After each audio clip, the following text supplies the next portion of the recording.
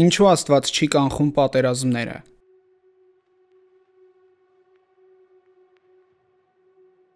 Մարդկության պատմության ամենացավալի հարցերից մեկն է, եթե Աստված բարի եւ ամենազոր է, ապա ինչու է թույլ տալիս պատերազմները։ Ինչու չի կանգնեցնում դրանք նախքան դրանց սկսվելը։ Այս հարցը դարեր շարունակ հնչել է եւ հավատացյալների, եւ ոչ հավատացյալների կողմից։ Այս տեսանյութում կանդրադառնանք հենց այս հարցին։ Իսկ մինչ այդ բաժանորդագրվեք ապոլոգիա կենտրոնալիքին, որպիսի բաց չթողնեք մեր հետագա տեսանյութերը։ Աստվածաշունչը այս ամենի մասին հստակ ասում է. Այդ որտեղից պատերազմներ եւ որտեղից կռիվներ ձեր մեջ, ձեր այն ցանկություններից, որոնք կռիվ են մղում ձեր անդամների մեջ։ Ցանկանում եք, բայց չունեք, ուստի եւ սպանում եք, նախանձում եւ չեք կարողանում ձեռք բերել ձեր ուզածը, պայքարում եք, կռվում եւ ձեռք չեք բերում, որովհետեւ չեք խնդրում։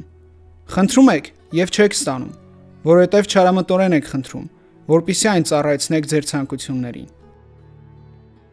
Այսինքն, ըստ Աստվածաշնչի, պատերազմների պատճառը մարդկային ագահությունն ու մեղքն են, այլ ոչ թե Աստված։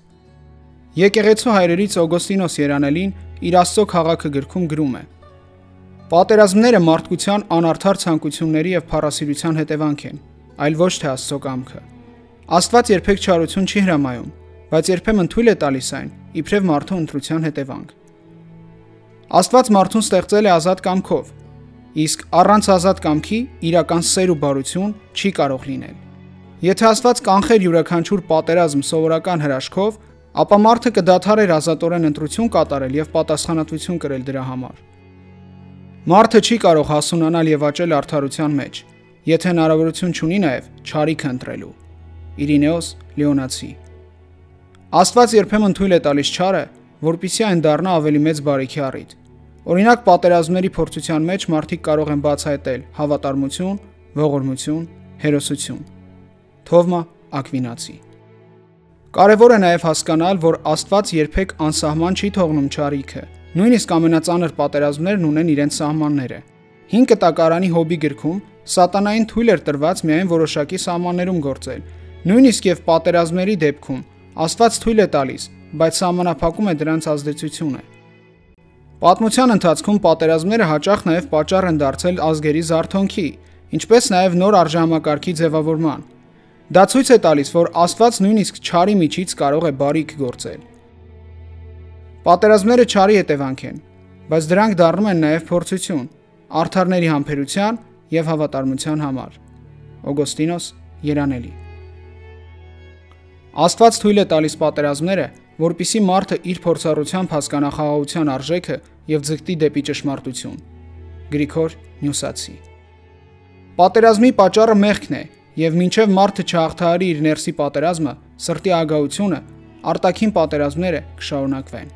Հովհան Ոսկեբերան։ Աստված մեզ հետ խոսում է խղճի միջոցով, բայց պատերազմի եւ տառապանքի միջոցով նա ճչում է մեր ականջներին։ Սա նրա միջոցն է մարդկանց զարթնեցնելու։ Clive Staples Lewis։ Ժամանակակից քրիստոնյա հայտնի փիլիսոփա Ալվին Փլանթինգան ընդգծում է, որ ազատ կամքի պաշտպանությունը ցույց է տալիս, որ Աստված չի կարող ստեղծել աշխարհ, որտեղ կա իրական ազատություն, բայց չարիք երբեք չի լինում։ Եթե մարդիկ իսկապես ազատ են, ապա նաև կարող են պատերազմներ սկսել։ Ժամանակակից քրիստոնյա հեղինակները նշում են, որ պատերազմները բացահայտում են մարդու մեղավորության խորությունը, եւ հենց այդ պահին հատկապես ակնհայտ է դառնում մեր կարիքը փրկչի։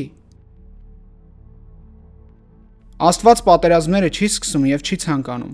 Դրանք մարդկային մեղքի հետևանք են, բայց նա թույլ է տալիս դրանք, որովհետև մարդկանց տրված է ազատ կամք, իսկ առանց ազատ կամքի սիրո եւ բարության իրականություն գոյություն չունի։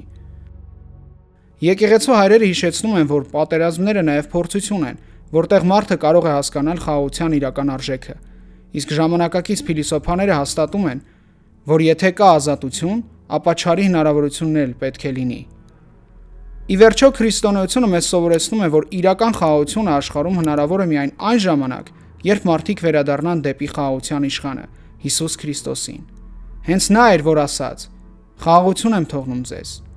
իմ խաղաղությունն եմ տալիս ձեզ»։